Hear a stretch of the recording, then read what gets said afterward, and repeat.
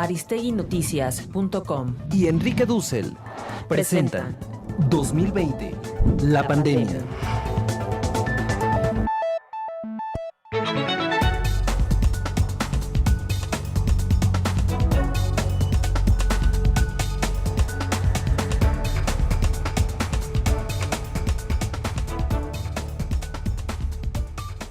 Buenas tardes. Un programa más de Aristegui sobre el tema de la pandemia. Y hoy vamos a hablar de la pandemia y repetiremos ya el diálogo, pero ampliándolo con Nelson Maldonado Torres, profesor en Nueva York, en Delaware, y sobre el tema de el Caribe, la colonialidad y el giro de colonial relacionado a este hecho de la universalidad que está presentando el virus en el mundo, porque este virus ha confrontado la modernidad. Y entonces le presento en primer lugar a Nelson Maldonado Torres. Hola, ¿qué tal, profesor? Es un placer estar aquí con usted. Gracias por la invitación. Muchas gracias de haber aceptado y comenzar un pequeño diálogo, pero donde hoy yo voy a hablar muy poco y le voy a dar mucho más la palabra a Nelson Maldonado. Para este tema de el Caribe, la colonialidad y el giro de colonial. Mire, anteayer, justamente también usando estos medios, lo que se llama el Skype o el Zoom, esta nueva globalización que se ha producido en la Tierra, hubo la defensa de una tesis en París y el tribunal, uno estaba en Bélgica, el profesor de París, de la Sorbona, estaba presente. El alumno que defendía su tesis era un colombiano y estaba en Colombia, y yo era parte también del tribunal que estaba en México, e hicimos la defensa de la tesis de este alumno y pues aprobamos la tesis con honores. El tema que él planteó era un tema nuestro que propusimos desde América Latina, el pasaje del yo conquisto al yo pienso de Descartes, del filósofo francés Descartes, que escribió un libro, El discurso del método, en 1637 en Ámsterdam. Y siempre los filósofos consideran ese libro como el comienzo de la filosofía moderna. Pero nosotros, desde América Latina, ponemos en objeciones a que la filosofía moderna empiece en el siglo XVII, sino que la filosofía moderna comienza en el siglo XVI. Y me acuerdo en la primera asamblea, reunión, congreso de los filósofos del Caribe, me invitaron a dar una conferencia y yo propuse el tema, la filosofía moderna comienza en el Caribe. Y de ahí la importancia del Caribe. En el Caribe, Europa, sitiada por el mundo árabe, descubre el Atlántico por España y llega al nuevo continente en el Caribe. Y ahí entonces plantea una pregunta que es estrictamente filosófica, pero que se deja de lado porque la filosofía empezó en el siglo XVII con Descartes, que es, ¿y estos indígenas de estos pueblos son humanos, son seres humanos? Y al mismo tiempo, si tenemos derecho a la conquista, era un tema antropológico y era un tema ético, y se planteó en el Caribe. Y ahí entonces empezó una disputa entre Bartolomé Las Casas, Ginés Sepúlveda y muchos intelectuales, que terminó en el siglo XVI con la conclusión de que los seres humanos en el Caribe, por supuesto, son humanos, y que la conquista fue injusta y Por lo tanto, el colonialismo naciente era una dominación. Eso en teoría, pero en la práctica se aceptó que lo humano estaba en Europa y lo no europeo era subhumano. Los indígenas eran humanos, pero eran como niños, era gente rústica, salvaje, y entonces es sobre esa certeza lograda en las disputas del siglo XVI que Descartes parte diciendo el yo pienso como un yo europeo verdaderamente humana que piensa la periferia como lo colonial. Entonces el Caribe es central, pero nunca se lo toma como es de su importancia. Por eso he vuelto a convocar a este pequeño informe en Aristegui a Maldonado Torres, porque él acaba de escribir un artículo muy interesante en una revista justamente de Estados Unidos sobre el Caribe, la colonialidad y el giro decolonial. Y le pregunto entonces a Nelson Maldonado, ¿cómo concibes esto del Caribe, el colonialismo y el tema de la colonialidad? ¿Cómo surge y cómo se podría explicar a la gente?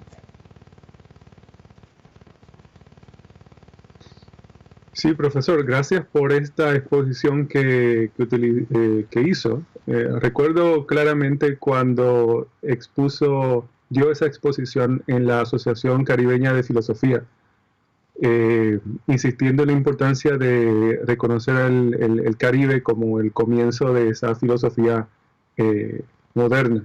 Justamente este artículo al que se refiere, que se titula El Caribe, la colonialidad y el giro decolonial, es un artículo que se consigue, es de libre acceso, salió en la revista del Latin American Studies Association, que se llama Latin American Studies Review, creo, Latin American Research Review.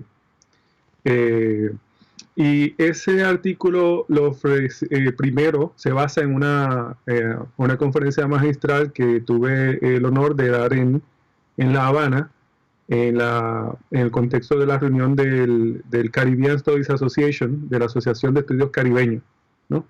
Entonces, digamos que usted presentó este argumento tan importante hace ya más de 10 años en la Asociación Caribeña de Filosofía, y un poco todavía, después de todo ese tiempo, habemos algunos en diálogo con usted. En este caso pude presentar algunas de las ideas en esta otra asociación, la Asociación de Estudios del Caribe, en este caso en La Habana. El artículo también, de hecho, en él incluyo algunos intercambios, doctor, que hemos tenido ya desde finales de los 90, cuando tuve el placer y el honor de estar con usted ahí en México.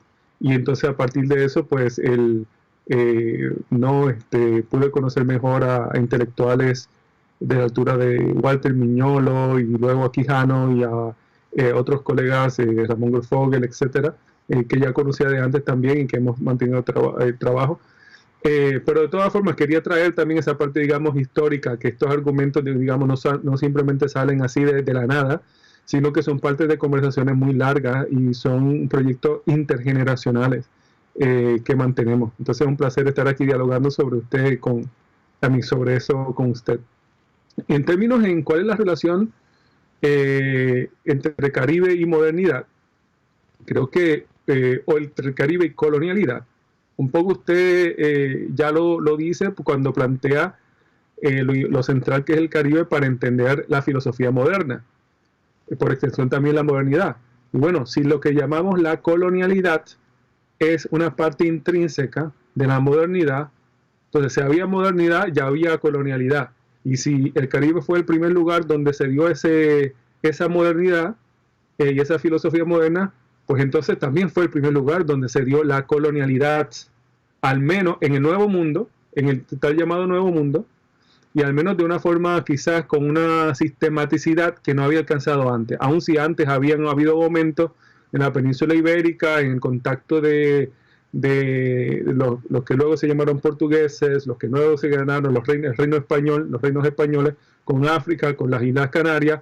Fue en este contexto del Caribe donde hubo una explosión y una explosión y una expansión de las formas incipientes de clasificación, de deshumanización y clasificación racial se convierten cruciales en las Américas.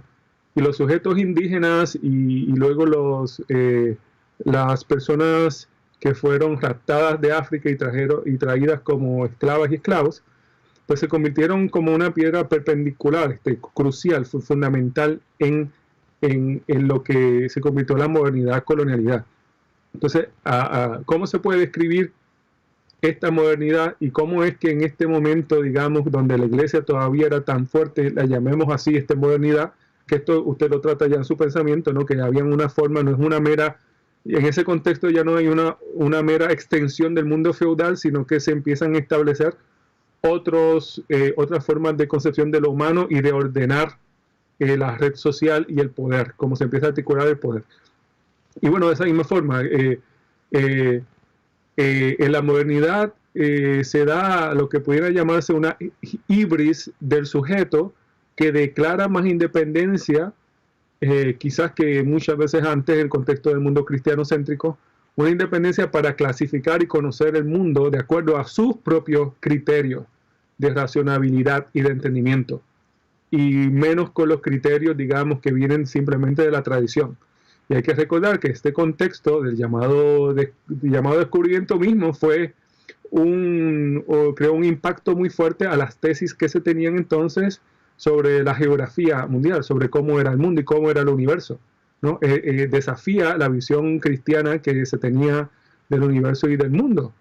El hecho que de pronto aparecen tierras en otros lugares donde supuestamente no estaban supuestas a haber otras tierras, y donde empiezan a haber comunidades humanas que, como están fuera de lo que del mapa concebido entonces, pues se empieza a cuestionar también la humanidad. Y si se cuestiona la humanidad, se quiere decir también que están fuera de la gracia, potencialmente fuera de la gracia de Dios, potencialmente también fuera de la creación humana de Dios, pertenecen a otro tipo de creación, y que de ahí que entonces se empiezan a quebrantar tesis fundamentales del monoteísmo cristiano, ¿no? Que entonces ahora permiten concebir a poblaciones en la posición de animales o peores que animales. Se abre como una nueva categoría en el mundo.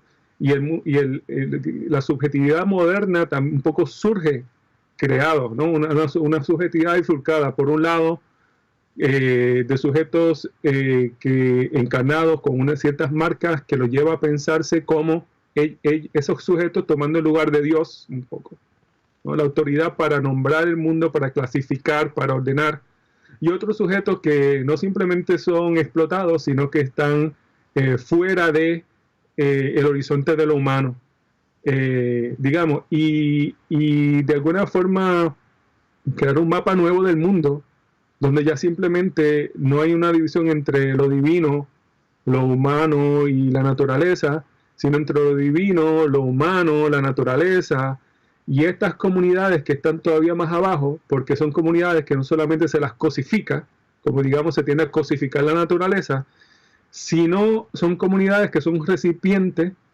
y provocan, entre comillas, a ese sujeto que está posicionado superior, instintos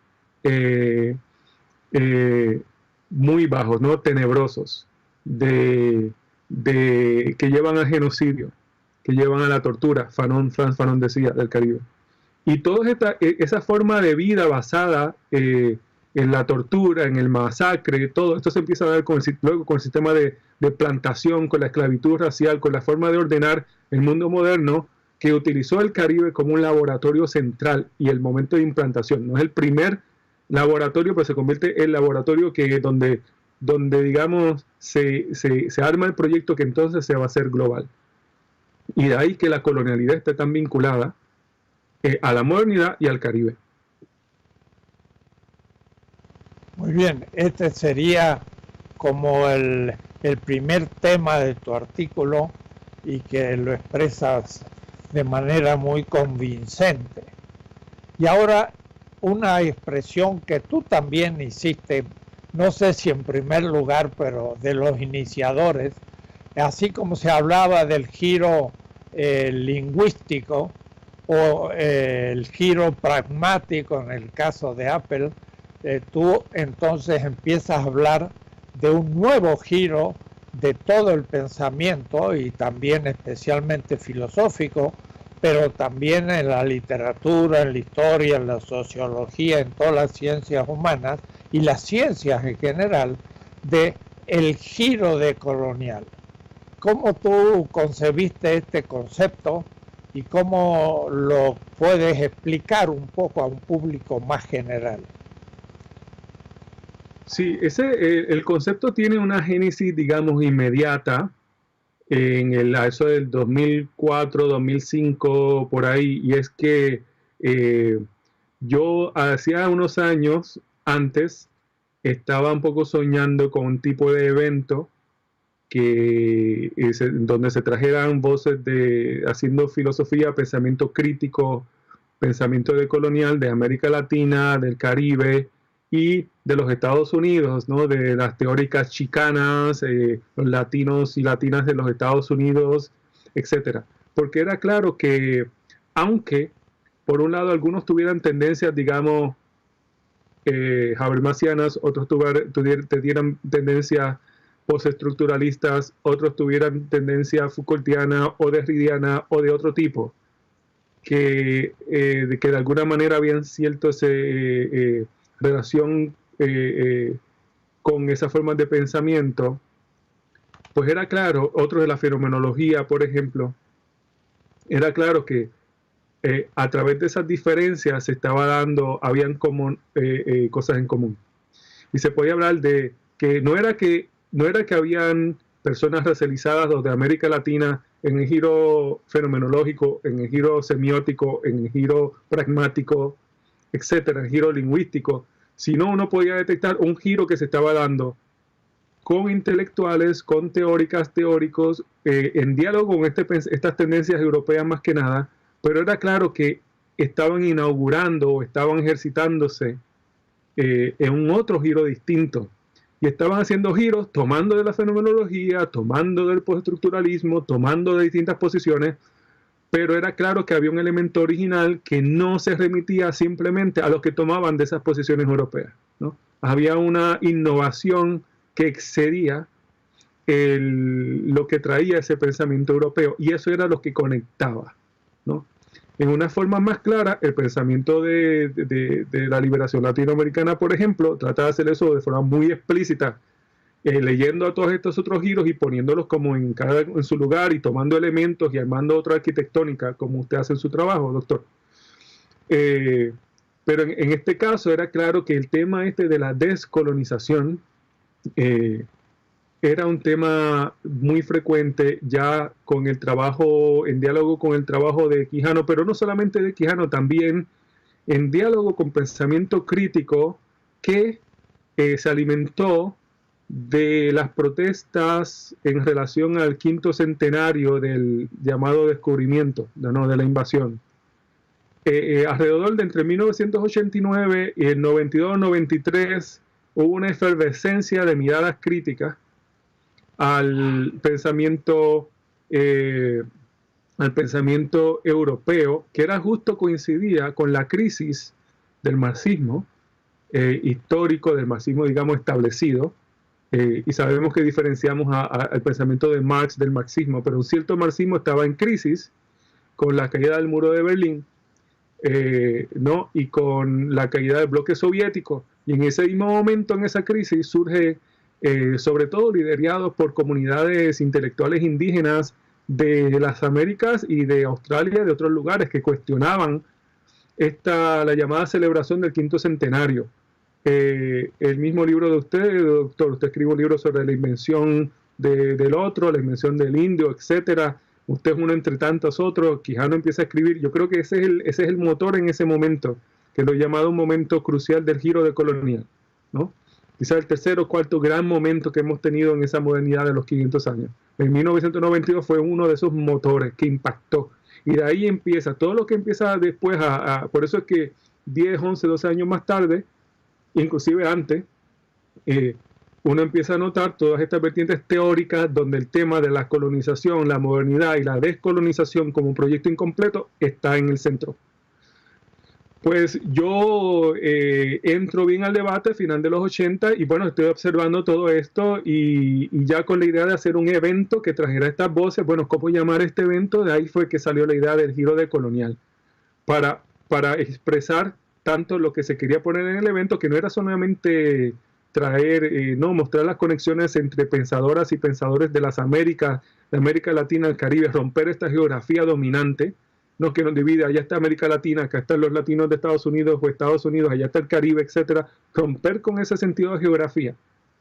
Y entonces pensar, aquí lo importante no es América Latina, Caribe, no, es el giro decolonial que se está dando a través de estas regiones y en los mismos bordes, en las fronteras, en el pensamiento de frontera, como decía Gloria Anzaldúa.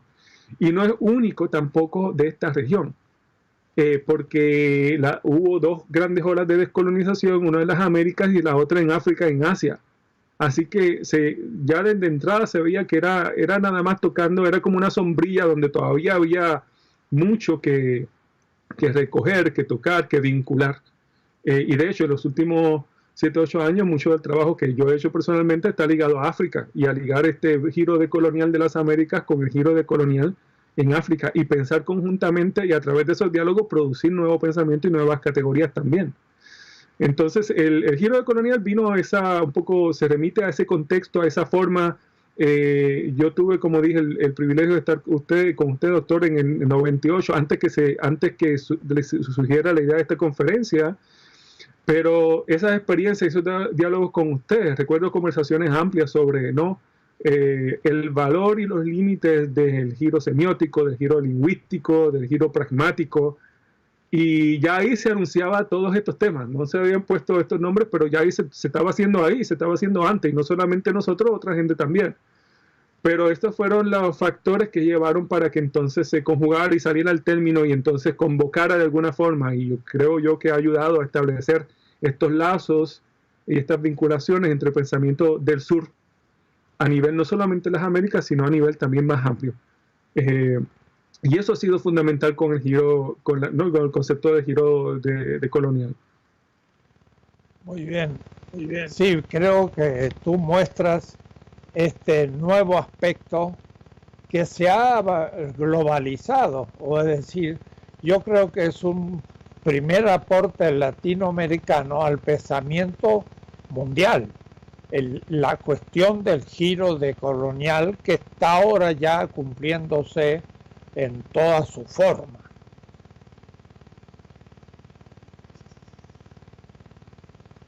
Sí, yo solamente...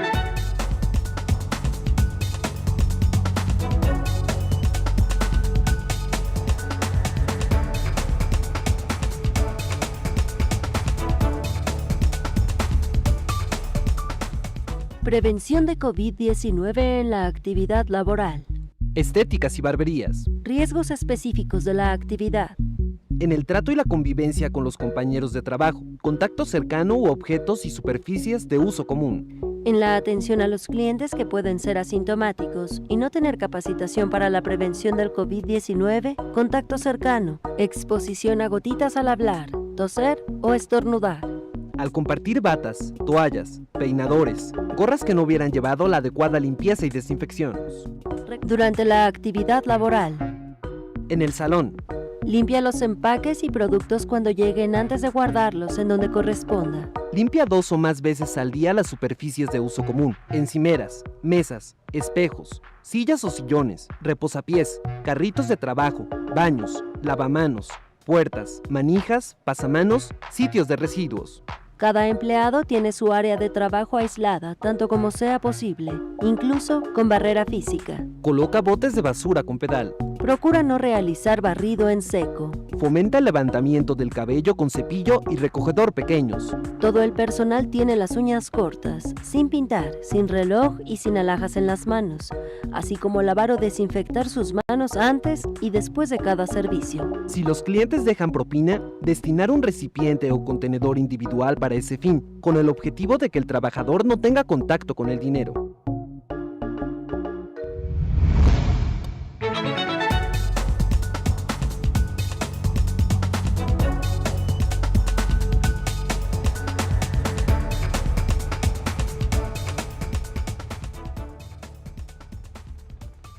Sí, cortamos este diálogo en el momento que tú estabas interviniendo, pues continúa con la idea que tenías antes que te plantee un nuevo tema. Sí, gracias. No, nada más quería apuntar que en este artículo del que estamos hablando, sobre el cual estamos hablando, también planteo un poco una crítica a lo que se llama en el artículo y lo que conocemos como el latinoamericanocentrismo, a cierto latinoamericanocentrismo que ha habido a la hora de entender ciertos temas, etcétera. Y planteo en el artículo que, y un poco en diálogo con usted, cuando usted mismo plantea el Caribe como ese lugar de la filosofía moderna, para mí también, bueno, en el artículo abordo de qué forma también se puede ver como el lugar de uno de los lugares de origen y quizás un lugar fundamental para el giro decolonial, aún antes de que América Latina se constituyera como América Latina, digamos. Ya sea desde las mismas importaciones de personas que fueron esclavizadas, sí, que llegaron a la Española, ¿no? A lo que es Haití y la República Dominicana en el 1503, desde muy temprano, ¿no? Y todo el sistema de plantación. Entonces el giro decolonial se empieza a dar en todos los movimientos de resistencia que se vienen dando desde entonces, toda la impronta, desde el mismo genocidio indígena que se dio muy rápido en el Caribe. Es decir, la colonialidad y la modernidad no pasan sin un giro decolonial de alguna forma de las personas que quedan atrapadas, devastadas por ese impacto. Y luego, de una forma sistemática, se da en la Revolución Haitiana, ¿no? Que es un momento muy importante. Entonces cito en el artículo a un intelectual de Trinidad y Tobago que se llama C.L.R. James. Por ejemplo, antes C.L.R. James escribió un libro que se titula Los Jacobinos Negros, ¿no? Y es sobre los revolucionarios en Haití, en la guerra de Haití, que es la primera en las Américas después de independencia, que se logra la independencia, ¿no? En las Américas después de los Estados Unidos en 1776. Esto ocurrió ya en 1804. Y la guerra estaba ocurriendo desde entonces, y fueron personas esclavizadas las que fueron las lideresas y líderes de ese contexto. Entonces el afrocaribeño M. Cesaire, una eminente figura del Caribe francófono, se refirió al líder de la revolución haitiana como el primer gran líder anticolonialista que él hubiera conocido. Y C.L.R. James, que es un pensador de la isla de Trinidad y Tobago, afrocaribeño, tiene unas líneas muy iluminadoras. Él es el autor de este libro de los Jacobinos Negros sobre la revolución haitiana. Escribe, y lo cito: Toussaint Louverture, quien fue el líder de la revolución haitiana, y los esclavos haitianos trajeron al mundo más que la abolición de la esclavitud. Cuando los latinoamericanos vieron que esa pequeña e insignificante Haití pudo ganar y mantener su independencia, comenzaron a pensar que ellos deberían ser capaces de hacer lo mismo. Pétion, el gobernante de Haití, le prestó ayuda al enfermo y debilitado Bolívar hasta que se restableció. Le dio dinero, armas y una prensa para ayudar en la campaña que terminó con la libertad de los 5 estados. Y bueno, uno puede, obviamente, desde un punto de vista histórico, abordar este planteamiento de C.L.R. James de una forma crítica en ciertos detalles, pero no deja de ser cierto que Pétion ayudó a Bolívar, que los haitianos jugaron un rol importante en lo que se convirtieron estas independencias latinoamericanas, previo a las independencias latinoamericanas, y que esa revolución fue una revolución de gente esclavizada y que intentó subvertir no solamente buscar independencia, sino también de quebrar, de cuestionar el orden racial, que después no fue tan cuestionado de forma tan directa ni sustancial en las independencias de América Latina. Y hoy en día, cuando hablamos del pensamiento giro decolonial, no se puede pensar si el antirracismo de una forma, y yo creo que inclusive más anclado que América Latina como concepto, estaría anclado en estas partes del Caribe. Y si acaso en América Latina, obviamente en las comunidades indígenas, pero en las mismas comunidades que también han encontrado límites con el concepto de América Latina y de Latinoamérica. Entonces, yo nada más pondría esto, que tomar el Caribe en serio, como usted dice, para pensar la filosofía europea moderna, pero también para pensar el giro decolonial.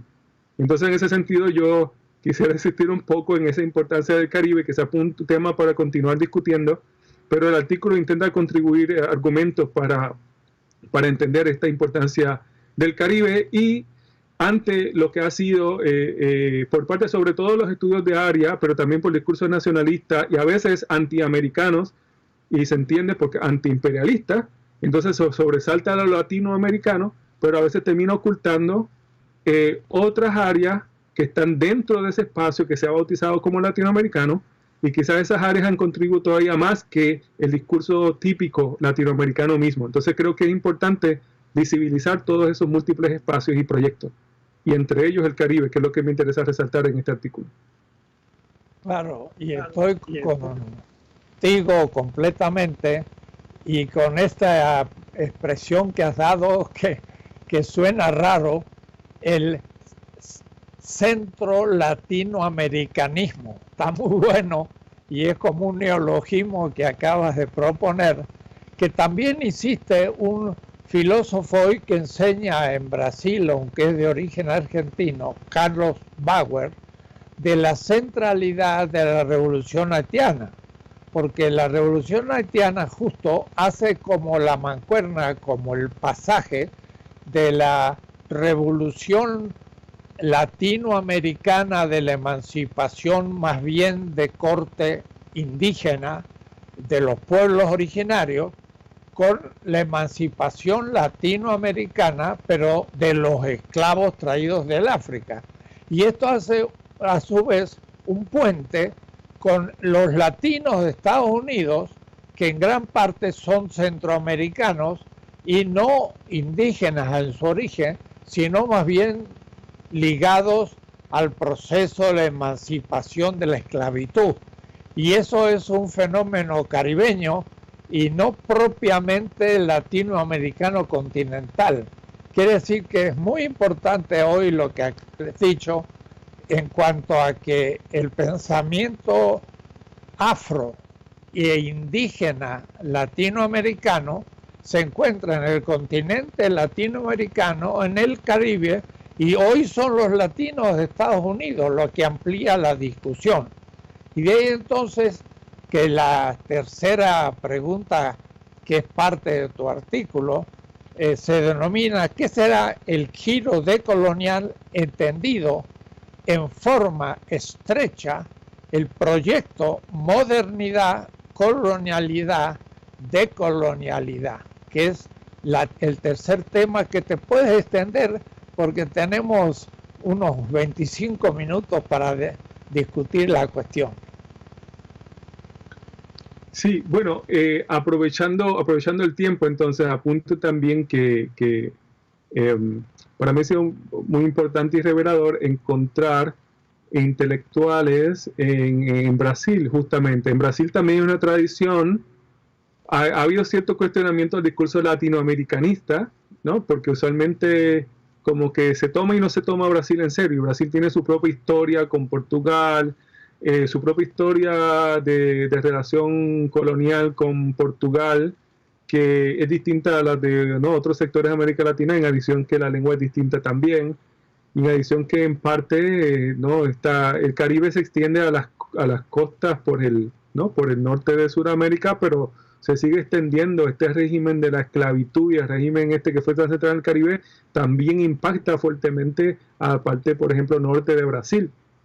Y entonces hoy en día, pues, este tipo de debates y pensamientos, pues, he encontrado muchos ecos en África, como había dicho, sobre todo en Sudáfrica, donde he trabajado bastante en los últimos años, pero también en Brasil, ¿no? Entonces, justo hace un par de años, Joatse Bernardino Costa, que es un profesor de sociología en la Universidad de Brasilia, Ramón Grosfoguer y yo, editamos un libro sobre el pensamiento afrodiaspórico, y para una audiencia de Brasil, de habla portuguesa y se tradujeron ensayos a portugués de personas intelectuales africanas, afroamericanos, etcétera. Y es un área de conocimiento que sobre todo activistas y intelectuales negras y negros en Brasil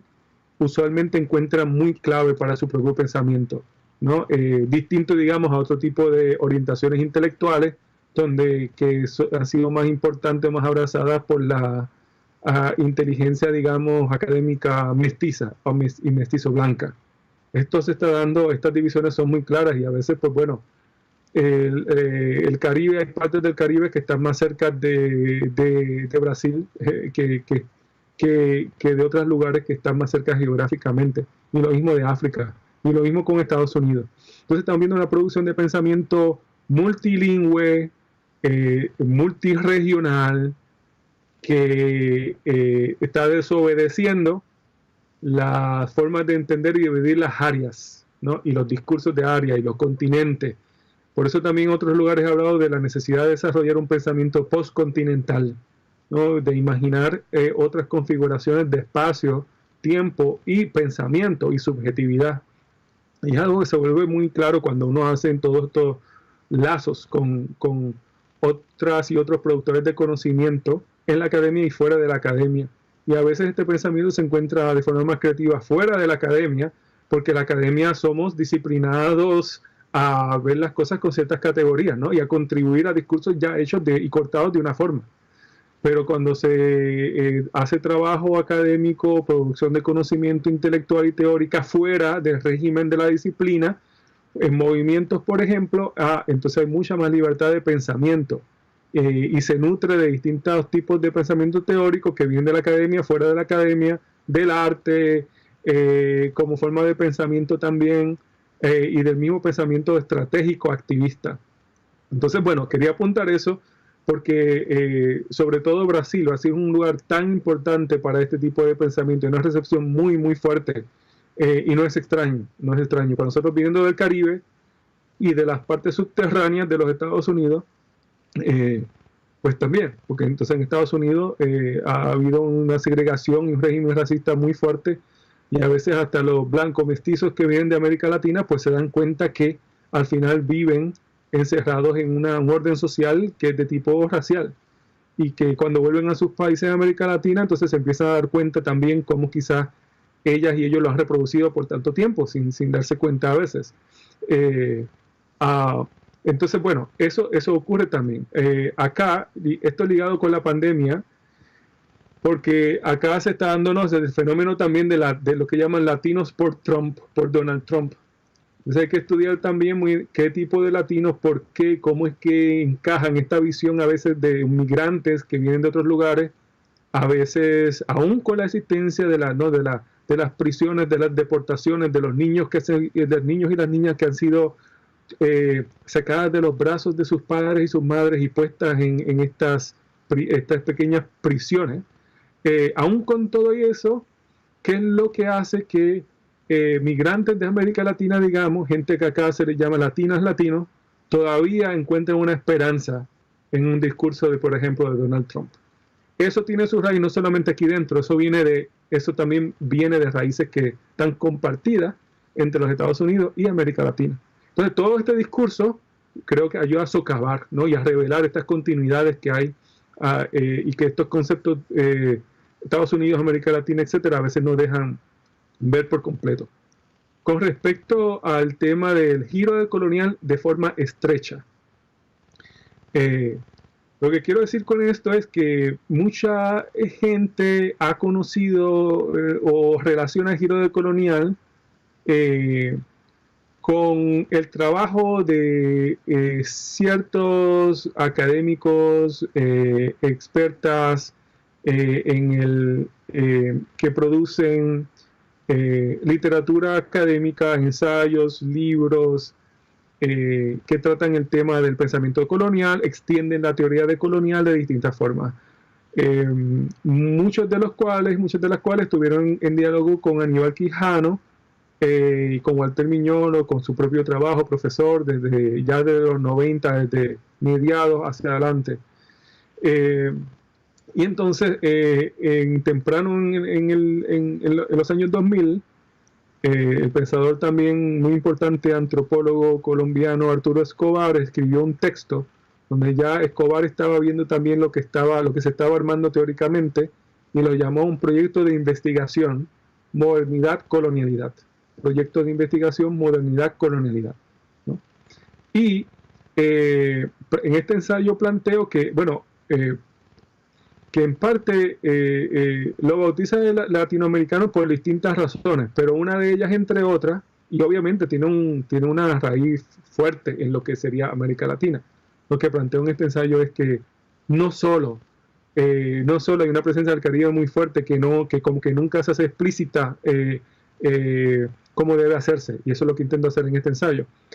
Pero resulta que Arturo Escobar presentó ese ensayo por primera vez, esa propuesta, en una reunión de latinoamericanistas en Europa.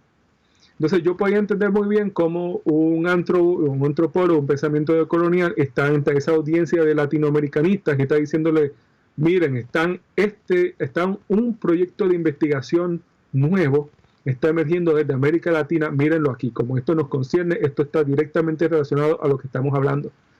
De ahí se tomó y como que quedó bautizado un poco como, este es el proyecto latinoamericano, modernidad, colonialidad, o proyecto modernidad, colonialidad latinoamericano. Y así empezó a correr por muchas partes. Pero ya de por sí había una presencia del Caribe muy fuerte, que me parecía que no se puede simplemente, que se puede distinguir de lo latinoamericano. Y justo el mismo Aníbal Quijano visitó a Puerto Rico una cantidad de veces, y yo termino el ensayo con una cita de Quijano, que viene de Perú, obviamente, un pensador peruano, muy importante sociólogo, pero termino este ensayo citando a Quijano. Es una cita que otro sociólogo puertorriqueño, Ángel Quintero, hace un ensayo que se llama Aníbal Quijano y Puerto Rico. Él conoció a Aníbal por mucho tiempo y consideró en Puerto Rico por muchas veces. De hecho, la última vez que yo tuve el placer de ver a Aníbal Quijano fue en la casa de Chugo Quintero en el Viejo San Juan, en Puerto Rico, que fue donde Claxo le dedicó, ¿no? Hizo la actividad donde de publicación del libro de ensayos de Quijano que Claxo sacó hace unos pocos años, un libro así muy amplio con mucho de la literatura de Aníbal Quijano. Aníbal Quijano estaba allí. Y bueno, allí lo contacté con él de nuevo y estuvimos en la casa de Chugo Quintero, intercambiamos mucho, quedamos en seguir trabajando, etc. Pero Chugo Quintero también él retoma una cita de Quijano, yo la tomo y la uso en este artículo, y con eso acabo el artículo, donde Quijano habla de que fue en Puerto Rico y en actividades como el llamado entierro de Cortijo, un entierro donde muy popular, donde la gente salió a celebrar la vida del músico, y él dice que fue en todas esas actividades, sobre todo en ese momento, donde él empezó a ver el cuerpo, la corporalidad de forma distinta, y ver casi el cuerpo como el cuerpo racializado frente a la modernidad, afirmándose de una forma distinta. Y él habla un poco, o se puede ver como la descolonización mental que Quijano mismo tiene sobre el cuerpo y la corporalidad. Eso fue crucial para su formulación de la modernidad, y modernidad colonialidad, porque uno de los elementos de la modernidad colonialidad es el eurocentrismo para Quijano. Y una de las primeras marcas más fundamentales del eurocentrismo es la división binaria entre cuerpo y alma. ¿No? La división binaria entre cuerpo y alma. Y él dice que fue viendo a estos bailantes, danzantes, estos cuerpos en movimiento en Puerto Rico, donde él se dio cuenta de las limitaciones profundas del modelo del dualismo binario cartesiano. Y eso alimenta su crítica contra la modernidad a favor de lo que luego habrá de llamar una descolonización del pensamiento. Entonces, bueno, lo que planteo en este ensayo es que no solamente a través de eso, sino a través del trabajo fundamental de puertorriqueños como Kevin Santiago Valles, Agustín Laumontes, Ramón Grossfogel. Después luego llegué yo en el 98 porque contacto con Miñoro, después con Ramón Grossfogel, Y yo recuerdo, estaba en Boston cuando Ramón, yo venía, doctor, de trabajar con usted en México. Yo tenía una enorme literatura de la filosofía de liberación y de su trabajo. Y Ramón Grosfoguer había trabajado con Quijano en Binghamton. Intercambiamos literatura. Yo le pasé muchos ensayos de literatura del trabajo de Enrique Dussel. Él me pasó a mí de Aníbal Quijano. Y desde ahí hasta ahora seguimos pensando todos esos temas. También con otras fuentes, otros interlocutores, pero bueno, estos fueron momentos muy cruciales. En mi caso, yo continúo en diálogo, pues tanto con su trabajo, profesor, como con el pensamiento de Quijano. Entonces, bueno, aquí lo que subrayo es que empiezo a identificar las distintas formas en que, aún viéndolo de forma estrecha, refiriéndose al círculo de intelectuales, en diálogos con Aníbal Quijano, el Caribe tiene una presencia muy fuerte. También el Galdo Lander, que es de Venezuela, y Venezuela, la parte de Caracas, esa parte es caribeña también. No, Caribe no es solamente las islas, es toda esta región también que incluye parte del continente. Y entre Ramón Grosfoguer, Agustín Lao y entonces por otro lado Lander, organizaron, yo creo, de las primeras conferencias donde entonces se encontró, donde estaba Quijano, donde se extendía el pensamiento de Wallerstein, donde también, profesor, a usted se le convocó, se le invitó. Uno de estos eventos tenía como las grandes estrellas a Aníbal Quijano, a Walter Miñoro y a usted. Y estos fueron dos puertorriqueños que lo organizaron. Entonces, pues un poco identifico, el Caribe estaba muy fuerte, ha estado ahí. Después de la conferencia de Berkeley, donde entonces propongo el tema de giro colonial, también estábamos Ramón Grosfoguer y yo allá trabajando, y era parte de un trabajo en coalición con intelectuales chicanas, chicanos, etc. Así que ya estaba alimentado. Lo que sirvió esta plataforma de ese evento, que fue tan crucial, claramente sobrepasaba los límites de América Latina. Y esto fue desde 2005. Pero eso no queda registrado, porque luego los ecos que se quedan son, ¿no?, lo que las estaciones repetidoras transmiten, que son los distintos planteles y campus universitarios y los programas. Y a veces es una versión de ciertos procesos que se populariza, se expande y queda bautizada de una forma. Pues bueno, en este ensayo propongo cómo el Caribe, tanto de pensadores, pensadoras como MSC, Fanon, Toussaint Louverture, ¿no?, todos estos procesos, hasta algunos de los más recientes, que hemos estado envueltos en este otro momento de giro colonial, después del impacto del quinto centenario y las críticas de movimientos indígenas, intelectuales indígenas, etc., y el impacto que tuvo en el pensamiento crítico sociológico, filosófico, de la semiótica, etc., pues que también ahí los caribeños hemos seguido de alguna forma tomando un rol principal, y es importante reconocer al Caribe como ese quizás núcleo. Ha sido un núcleo muy importante para el pensamiento decolonial. Sí, muy interesante, porque muestra realmente el contexto. Hacemos un corte y volvemos de inmediato para terminar.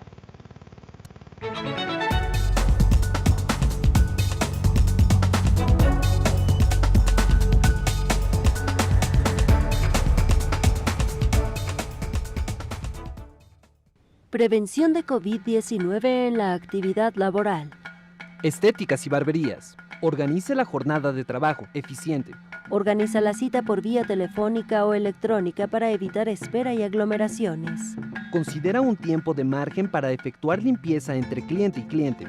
Disminuye el número de citas para limitar la cantidad de personas en el área de trabajo.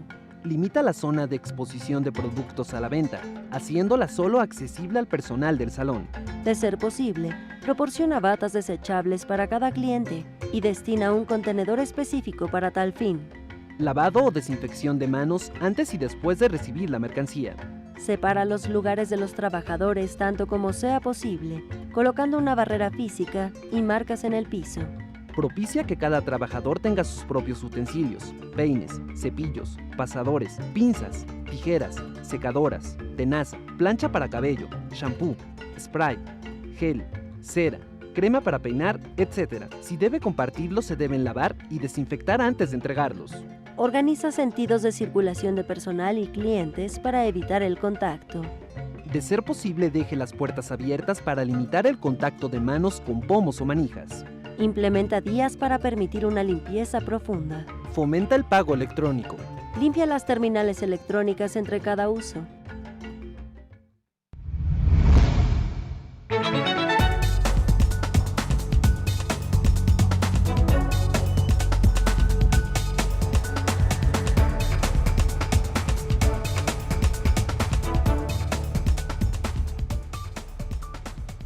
me gustaría poder resaltar dos pequeños aspectos de tu exposición que fue muy interesante, mostrando el origen histórico, pero más que histórico, yo diría acontecimental.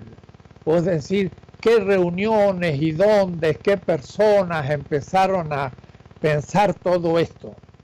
Querría hacer la primera indicación de lo importante que fue el marxismo caribeño, que está antes que Aníbal Quijano, que inspirándose en ese marxismo caribeño, lo pasa al marxismo, diría, del mundo indígena latinoamericano, del esclavo al indígena. Fue en el Caribe donde marxistas comenzaron a poner en cuestión la categoría clase como la categoría fundamental de categorización sociológica. Y justamente por ser caribeños y tener muy claro el problema de la esclavitud, mostraron que en realidad en la modernidad la manera sociológica o de la ciencia de situar a los humanos no son las clases, sino las razas. Y esto entonces es un producto teórico caribeño muy propio, porque el mundo afro es caribeño, pero al mismo tiempo la esclavitud fue dentro de un horizonte capitalista y colonial. Quiere decir que ellos resaltaron el problema de la raza.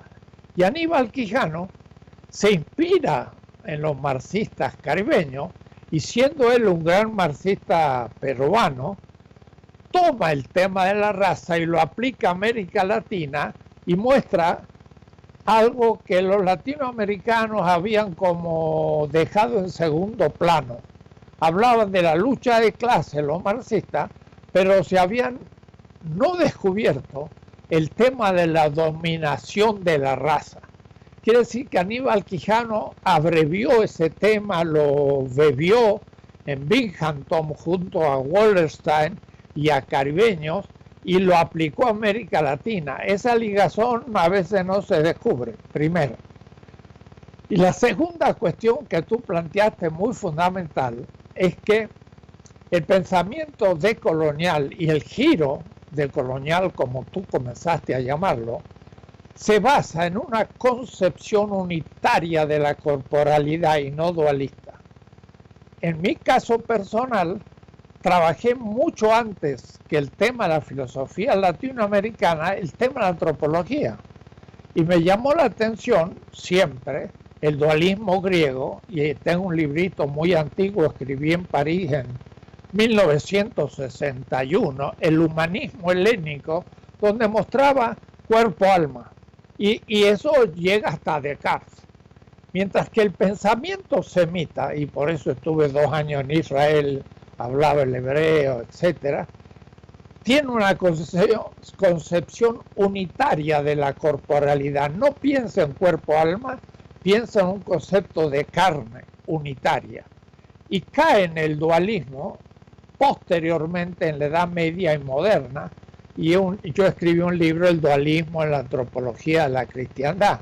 Es desde ese horizonte que se va a entender la filosofía de la liberación, el tema de Levinas y por último la reinterpretación del problema latinoamericano. Quise indicar estos dos aspectos que tú sugieres. Primero, el cómo bebió en el pensamiento caribeño marxista, el marxista latinoamericana del Perú, que tenía el problema indígena y aplicó el tema de clase a la raza y rompió entonces gran parte del esquema tradicional. Y el segundo, la importancia de concebir unitariamente la corporalidad. Y estos dos aspectos tienen que ver con el virus de nuevo, porque el virus ataca la corporalidad humana y su vida y pone en cuestión las teorías dualistas y también económicamente neoliberales que dejan de importarle el sistema alimentario y el sistema de la salud que tiene que ver con la corporalidad humana. Tenemos 5 minutos para que tú cierres un poco el tema de esta no conversación, sino más bien de tu exposición para conocimiento del público mexicano. Sí, son 2 puntos muy importantes, doctor, y en el caso del marxismo negro, y más del marxismo negro, hay que pensar qué significa lo negro en el Caribe, porque no es solamente, es obviamente parte de la, son tantas cosas, y usualmente se reduce la esclavitud, ¿no? Y que es muy importante, pero también piensen lo que significa comunidades, personas de un lugar siendo raptadas, llevadas a otro, esclavizadas, pero sobre todo en el Caribe, que se convierten la gran mayoría. Algunos dicen la nueva población indígena de esas islas, la nueva población que adquiere esa posición, que ahora su tierra es esa, porque no tienen otra tierra, no es que pueden migrar, no es que pueden ir a Europa, no, está en un nuevo suelo, en una nueva sociedad, y el estatus es infrahumano, el estatus que se le da por el discurso hegemónico. ¿Qué significa vivir en esas condiciones? No estamos hablando, digamos, de la situación, de un contexto como el que llevó a pensar sobre, por ejemplo, el colonialismo interno en América Latina, que era, ciudades como la mexicana, donde hay una gran población indígena y se nota, ¿no? Que la sociedad no solamente está dividida por clases, sino también por otros tipos de jerarquías de tipo colonial. Pero cuando uno va a un lugar como el Caribe, y la gran mayoría, no es que hay mucha población no blanca o no mestiza, es que la gran mayoría, 99% de la gente o 90% de la gente es de piel bien oscura, se llaman negras y negros. Eso requiere otra revelación de lo que ha hecho la modernidad y de cómo se ha creado y mantenido la vida y la creatividad, aún a pesar de todas esas dificultades, de lo que es vivir como comunidades raptadas y llevadas a otros lugares, esclavizadas y puestas sin reparaciones, vivir, hacerlo de pueblo, hacer de comunidad, inventarse países nuevos bajo estas condiciones. Estamos hablando de la salida de una catástrofe, ¿no? Estamos hablando de un ejercicio creativo de libertad y liberación de dimensiones contracatastróficas, como lo he llamado en otro lugar. Y que de ahí también, para entender bien esa catástrofe, es que en la corporalidad negra, creo, y esto lo podemos seguir en otra conversación, doctor, pero me pregunto hasta qué forma representa un cambio de paradigma aún frente a la división alma y cuerpo, porque la corporalidad negra parece ser no simplemente un cuerpo con un alma o sin alma, parece ser más bien una carne condenada, carne como más abajo de un cuerpo. El cuerpo, uno habla de lo humano como un cuerpo, pero como aparece lo negro, por ejemplo, cuando se le sujeta a tortura, ¿no? Para mantenerlo sabemos, parte de la pandemia, ¿no? Ha sido la forma en que los cuerpos de color, muchos de ellos negros, son más susceptibles y vulnerables a la pandemia. Y como acá en Estados Unidos ha salido, y en otras partes, lo que llama las vidas negras importan. ¿Por qué todavía en el siglo XXI estamos hablando de las vidas negras que importan? Porque la modernidad ha creado un paradigma donde ni siquiera esas comunidades están entendidas como a partir de la dualidad alma y cuerpo, sino que esa corporalidad se ve algo como, más bien como una carne condenada a la muerte, condenada a la tortura. Me pregunto hasta qué punto, creo que esto ya se está haciendo también, teorizando esa dimensión en esa línea para entender esta especificidad de la piel, del color, de la corporalidad negra. Y eso también el Caribe tiene mucho que contribuir, y entonces ahí lo dejo, profesor. Claro, y en esto justamente Membe, cuando hablo de la necropolítica pensada desde el África, y Membe, no siendo sudafricano, enseña, donde tú enseñas mucho en estos momentos en África, capta la corporalidad del afro como realmente una necropolítica, o es decir, una política de muerte. Y ese es un nuevo tema que ya fue vislumbrado en el Caribe y que también impacta a Estados Unidos, Y entonces es un punto central de reflexión en el mundo en este momento, puente entre América Latina, Estados Unidos, el África, y claro, el Asia está fuera de esa reflexión, pero también tiene que ver en esta nueva discusión del giro descolonial de culturas que empezamos un diálogo sur-sur, pero que se hace global, como el virus.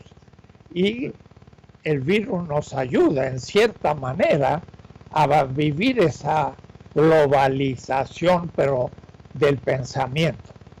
Hemos cumplido el horario de 1 hora y te agradezco mucho lo que has dicho para información del público mexicano que está alejado muchas veces, por desgracia, del pensamiento tan creativo del Caribe, que ha penetrado también en los estudios de todas las universidades norteamericanas por la presencia de los afros como una fuerza importante demográfica, política, junto a los latinos. Terminamos entonces esto y veremos de hacer algún otro diálogo en el futuro. Muchas gracias, Maldonado Torres, profesor en Rutgers University. Gracias, profesor. Gracias. aristeguinoticias.com y Enrique Dussel presentaron 2020, la pandemia.